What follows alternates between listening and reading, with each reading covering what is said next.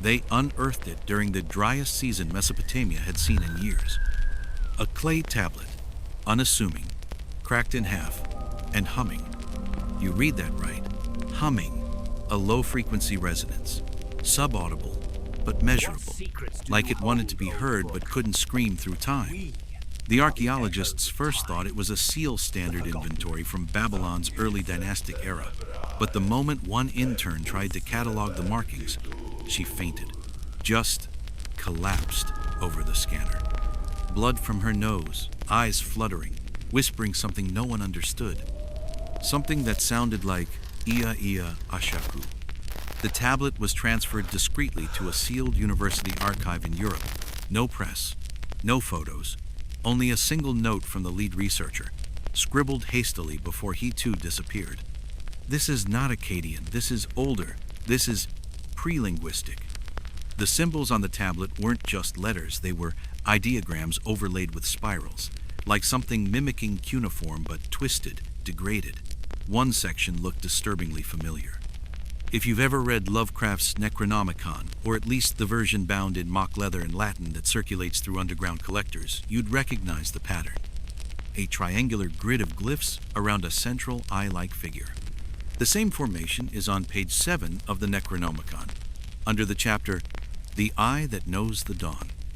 But here's the thing. Lovecraft died in 1937. This tablet? It was carbon dated to 1800 BCE. That's 3,700 years ago. So how did H.P. Lovecraft describe a diagram identical to something buried under Babylon for millennia? Coincidence? Plagiarism? In reverse? Or was Lovecraft a receiver, not an author? There are rumors, whispered in linguistic circles, that ancient Mesopotamian scribes spoke of books that arrived in dreams, not metaphors, literal inscriptions appearing in sand, night after night, until the scribe awoke screaming and scrawled it down. The term Gedim Kaspu was found near the tablet. It translates roughly to ghost script. But here's the part that twists your stomach. A linguist ran the tablet's inscription through a phonetic AI model, not to translate it, but to vocalize it, to hear how it might have sounded if spoken aloud in ancient Sumerian. At precisely the 37th second of playback, the waveform corrupted, not glitched corrupted. The audio spectrum inverted itself, creating a mirror signature. Then the model speaker, an industrial-grade unit, exploded. The AI flagged the phrase as, "Open not the door between. The one who writes is not dead." The team labeled the event a freak equipment failure. But quietly, several members took leave. 3 haven't returned. One left a note scratched into his apartment wall. The symbols watch back. Did Lovecraft write the Necronomicon, or remember it? Or worse, was it whispered to him by something that had already written it 4,000 years ago? You feel the room tilt slightly now. Don't worry, it's not just you. The clay tablet is still locked away. No museum will display it. No one will name the university. But the file is labeled B777NEC. The NEC wasn't added by the researchers. It was already stamped on the archive crate when they opened the dig. Except Babylon didn't use Latin letters. So who marked it? And more importantly, who sealed it? They called him Lu-Ashur, the night scribe of Uruk. But that name isn't on any temple registry. It doesn't appear in royal archives or priestly rolls. He existed on the margins, only surfacing in side notes, corrections, strange notations left in the shadows of clay tablets not meant to be read aloud. He signed his markings with a symbol rather than a name, a triangle inside a spiral, leading into a jagged vertical line. Sound familiar? The same symbol appears on the Al-Azif, the mythical original manuscript of the Necronomicon that Lovecraft described. But Lu-Ashur's was pressed into clay nearly 4,000 years before that book was even imagined, or so we believed. It began with his dreams. One of the only full records about Lu-Ashur comes from a cuneiform tablet found in the library of Ashurbanipal, the oldest surviving library on Earth, buried in the untranslated pile until a rogue linguist, Dr. Leon Moravec decrypted it using spectral overlays and resonance imaging. It wasn't a prayer or a trade record. It was a journal. Here's the first line translated: "The god came again, but it had no name, only the sound of wind moving backward." The tablet details recurring dreams in which Luasher was taken to a city of metal and bone beneath a blood-colored sky. He describes stars that blink with thought, and doors that appear in walls made of breath. He says a being, the Inkwalker, taught him how to write in a language that didn't belong to Earth, a language that could move the soul of time, if spoken in the correct order. He began to write during his sleep. Not sleepwalking, sleep writing. Colleagues described waking to find him hunched over a slab, eyes closed, fingers moving like insects. Every morning, he claimed to remember none of it. The writing was not Sumerian, not Akkadian. It mirrored no known language. Until Moravec cross-referenced the symbols with digital scans of rare editions of the Necronomicon. She found 11 glyphs that matched exactly same arc patterns, same hook strokes, even similar ink weight simulated in the carved clay. But the Necronomicon was supposed to be fictional, or at best, a patchwork myth built on superstition. So how did a forgotten Babylonian scribe channel exact pages of a 20th century horror book while asleep in the year 1862 BCE? You might say, coincidence. Or maybe, time is not linear when you sleep. Maybe dreams are the only place the door still swings open. Because what Luasher recorded next wasn't a story, it was a warning. The ink burns when read with light. Let only shadow carry the voice. Those were his final words in the journal. Then, silence.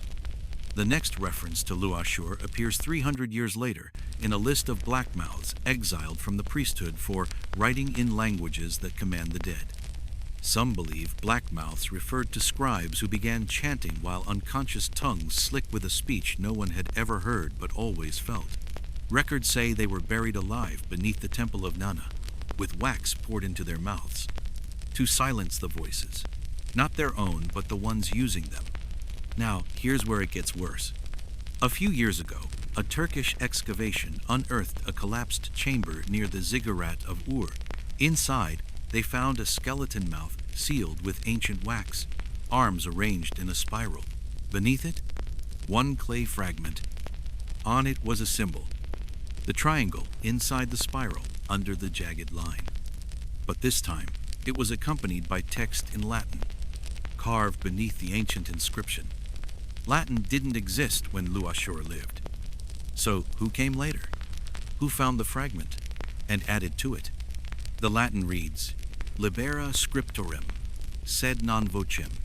Free the writer, but not the voice. The clay tablet is currently missing. Dr. Moravec vanished in 2022. Last seen boarding a train out of Berlin with a black cylinder under her arm. Security footage showed her eyes were shut. Not blinking, not asleep, just shut. She never got off the train. Only a black smear on the seat where she sat remained, like spilled ink. So tell me, when was the last time you dreamed in a language you didn't know? And when you woke, did your tongue taste like dust? There's a room beneath Berlin most people aren't supposed to know about. Not a bunker, not a vault. It's colder than either. It's part of a sub-basement beneath the Staatsbibliothek Germany's State Library, marked C9 on blueprints, but called Der Schattenraum by archivists who whisper of it. The Shadow Room.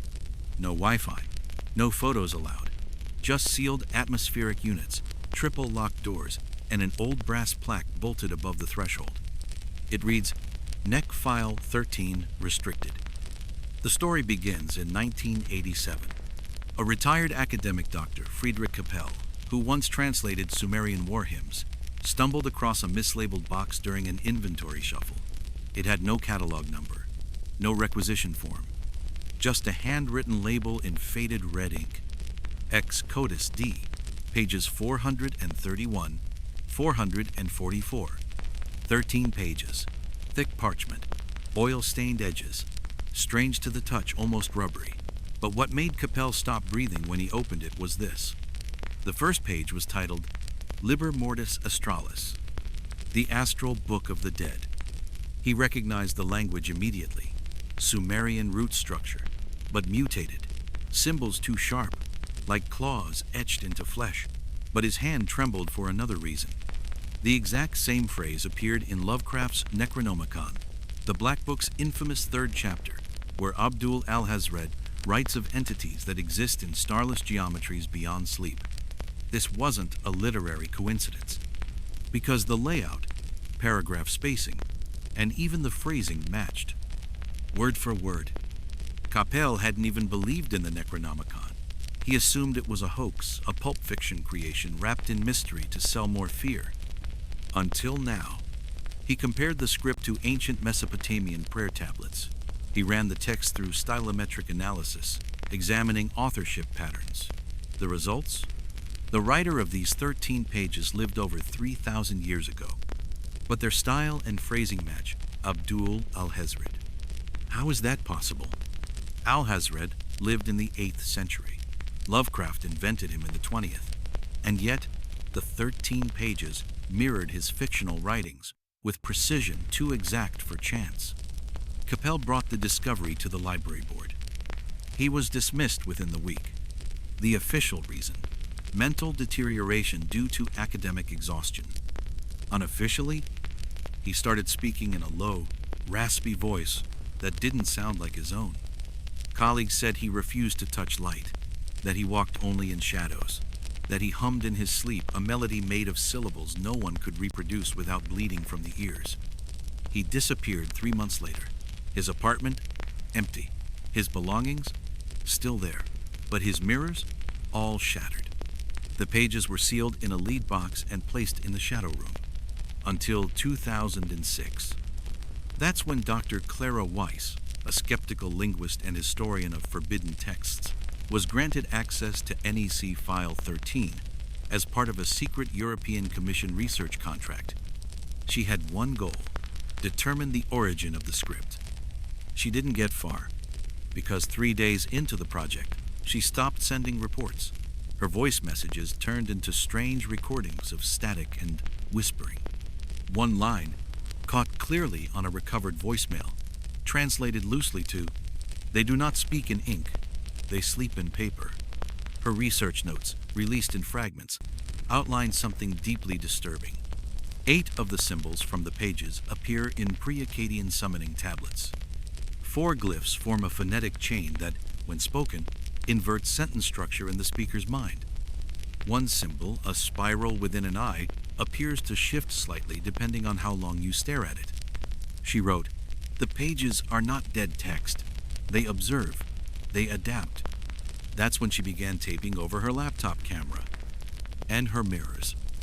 She attempted a full translation of the final page. She never completed it. On the night of her final entry, building CCTV showed Dr. Weiss walking backwards out of the archive, whispering the same line over and over.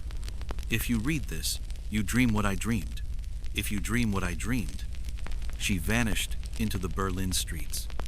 All that remained in her archive locker was a single note: "We didn't imagine the Necronomicon.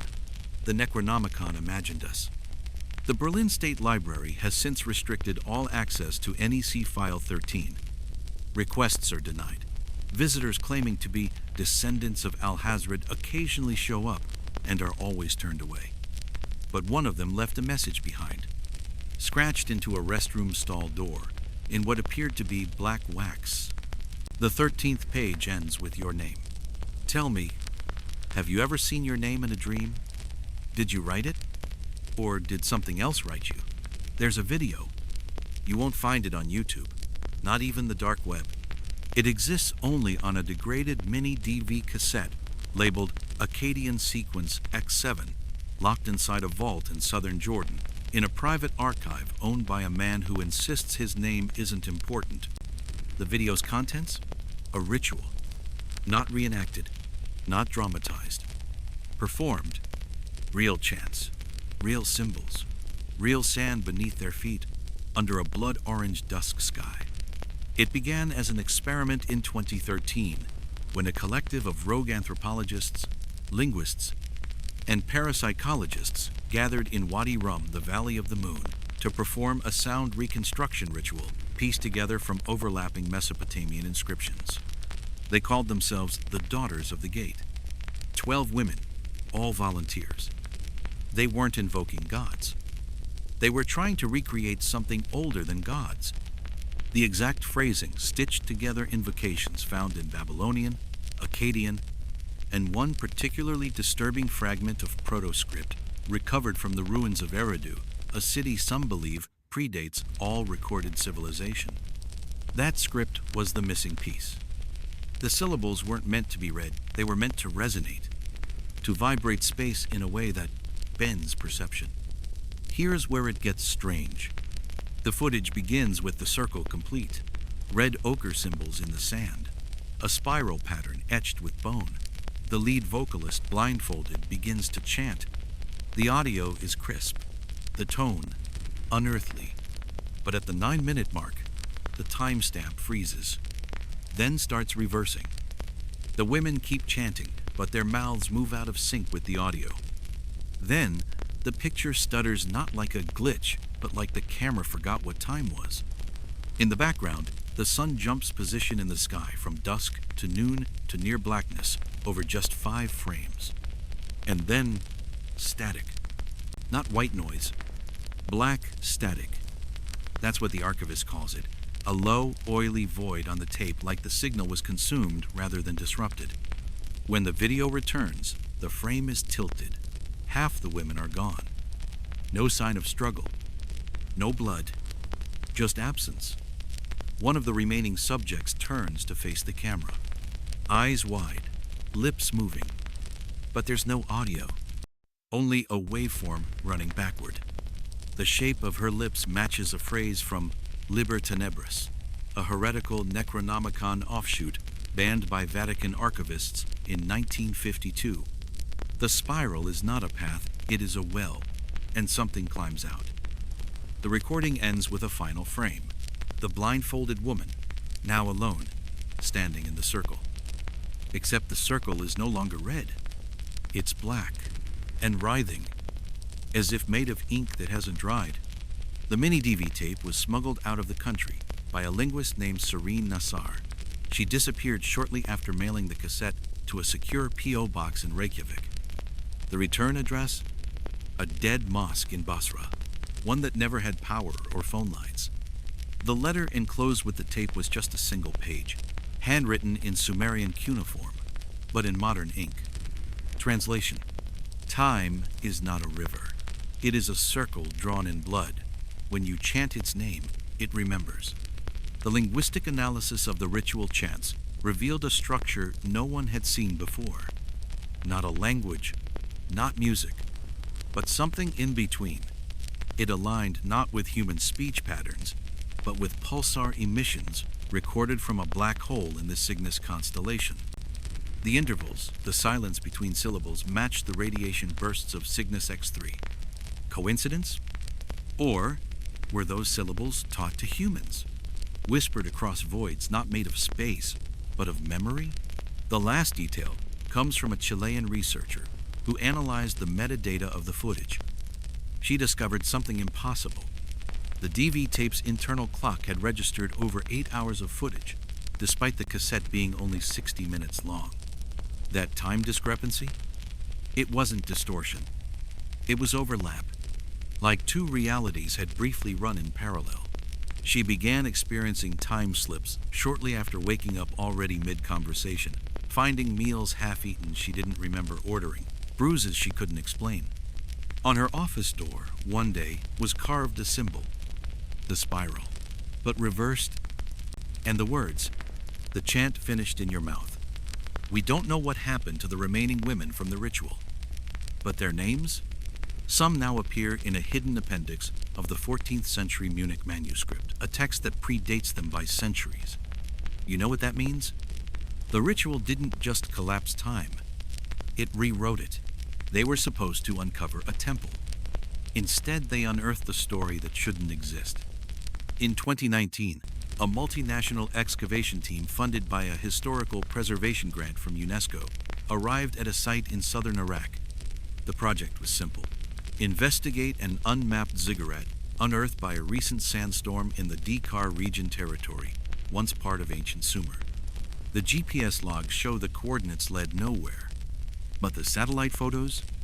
A perfect spiral structure, unnatural symmetry, jet black stone visible even through the dust. But here's the first anomaly. The structure didn't appear on older satellite scans, not even the ones from a few weeks earlier. It's as if the ziggurat had emerged, like it had been waiting. Day 1, the team pitched base camp. Drone footage confirmed the topography was anomalous. The ziggurat's apex wasn't eroded, it was smooth, as if untouched by time or sand. Day 2, ground team breached the outer chamber. It was then that radio contact grew unstable. Not lost, unstable. Voices echoed back with a 5-second delay. Repeated phrases, not miscommunication reflections. They heard themselves speaking before they said the words. Then one member, Dr. Hadi Arslan, descended into the main chamber alone. His camera footage is the last recorded evidence from inside. Here's what we know. The walls were inscribed, not with cuneiform, with impossible geometry. Pictograms in mirrored spirals, interlocking tendrils around a central motif, a black star with 13 points, and an eye within it. Now here's where it shatters everything. That symbol, the black star, doesn't exist in any Mesopotamian mythology, but it does appear in the Necronomicon, specifically in the Song of the Void Harbinger. Lovecraft described it as the mark left behind when the stars align and the watchers peer inward. Except again, Lovecraft never saw that temple. So how did he describe something buried for thousands of years? Unless it wasn't buried at all. Unless it had always been beneath. Arslan's footage ends abruptly at 43 minutes. The final frame? Him staring directly into the black star as if transfixed. His eyes were wide, but not in fear. They were empty. A search team entered the ziggurat hours later. They found no trace of Arslan, but they found something worse. A wall not stone but flesh, pale, textured like tongue, covering the path beyond the chamber. On it was etched a single word, but not in any language spoken by man. It was a name. It didn't translate. It reverberated. 3 members began screaming when they saw it. One vomited blood. Another started to convulse. The last simply went silent and tried to walk into the wall. They had to restrain her. She kept muttering one thing through clenched teeth. The book breathes here. Within hours, all electronics within a 10-mile radius failed. Drones dropped from the sky. GPS showed the team had moved location 2 kilometers east, even though their base camp hadn't budged an inch. They called it a glitch, but their boots left no trail in the sand. And their compass needles spun constantly, as if north no longer existed. Satellite footage taken the next day showed only an empty plain. No ziggurat, no base camp, just sand, and a faint, scorched spiral visible from orbit. UNESCO scrubbed the site from their records.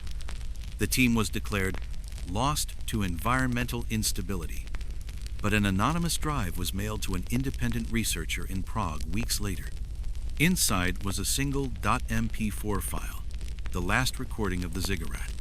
Frame by frame, the footage revealed something no one expected. In the shadows beyond the chamber, barely visible, there was a second room, circular, lined with statues, each one depicting a human, reading a book. Some held it open, others wept into the pages. One was screaming, mouth split in half, paper spilling out from his throat. The book was the same in every statue. The title etched on the spine? Necronomicon. So what does that mean? That the book existed before humans could write? That it didn't appear it was always under us? Buried not in history, but in reality itself? Some believe the ziggurat wasn't a temple at all, but a prison, a place to contain the idea of the book. Because the Necronomicon isn't a text. It's a virus, an informational parasite that infects time, language, and memory. And reading it, even dreaming of it, gives it shape. After the disappearance, a memo circulated among fringe historians. Just 4 words. The black star pulses. If that symbol ever appears in your dreams, 13 points. Spiraled center, do not speak it aloud. Do not draw it. Do not let it know you saw it. Because the last archaeologist who did was found kneeling in his apartment, face carved with spirals. And on his wall, in his own blood, he'd written, "The city returned to ink, but it remembers my voice." It was supposed to be harmless. Just an old reel, dust-covered, no label, found during a routine digitization sweep at the British Film Institute's archival warehouse in Hertfordshire. The file tag read, RKW-X 13 1954. No origin record, no donor, just a loose note inside the canister. Translate before playback. That's where they made their first mistake. The film's leaders, the black frames at the beginning, were embossed with what appeared to be unintelligible markings. Glyphs? Possibly. The symbols matched nothing known. So the intern, a student linguist named Rachel Wexler, ran them through a pattern recognition algorithm. She thought it was Sumerian, or maybe Proto-Sanskrit. But the machine gave her something else. Phonetics. A sequence of sounds, spelled in Latin characters. So, naturally, she read them aloud. Not screamed, not chanted, just softly, like any scholar would. And that's when the lights in the transfer room flickered. The machines began spooling on their own. The tape fed itself through the reader. No one touched it. The technician watching said later that time seemed to stretch, that the silence between Rachel's final syllables and the sound of the tape starting lasted minutes. Even though the timestamp confirmed it was less than 2 seconds. The footage began. Black and white. Grainy. But the image was clear. A small room, circular, with no visible corners. Floor carved in geometric spirals. In the center, a figure. Seated, hooded, reading. Their voice? Not audible. But the reel emitted a low-frequency hum. Not static. Breathing. The frame zoomed slowly, impossibly slowly, toward the figure. No edits, no cuts, just pure film. Then, at minute 4, the screen flashed. Just one frame. Enough to freeze the heart of anyone watching. A full-page spread of glyphs, the same Rachel had read, but now etched in black flame, spiraling inward toward an eye. The very next frame, the camera was inside the figure's mouth. Not metaphorically, literally. Descending down a throat made of pages. Letters peeled away from the walls, like skin, curling, whispering. "You read that right," the letters whispered. The sound, captured by the film's magnetic track. Audio technicians later ran the file through sonogram analysis. It produced a shape, a spiral, with 13 spines. The black star, the same symbol found in the Babylonian ziggurat, the same one carved into the flesh wall in Iraq, the same one Lovecraft never should have known. The footage cut to black, but not silence. There was still sound. A voice, not Rachel's, not human. Yours. That's what the analyst wrote in his report. The waveform exactly matched the vocal signature of the person listening at the time, like the film was recording back. They pulled Rachel from the room. She was unresponsive, pupils blown, hands clenched so tightly they cracked her fingernails. She kept mouthing something under her breath. Security cam footage confirmed it wasn't English. Linguists later identified it as Old Babylonian. Translation: I see the book that sees me. Rachel was placed under psychiatric observation. For weeks, she remained catatonic. Until her final night, when a nurse found her room covered in writing, all over the walls, ceiling, even her own skin, in ink, in blood.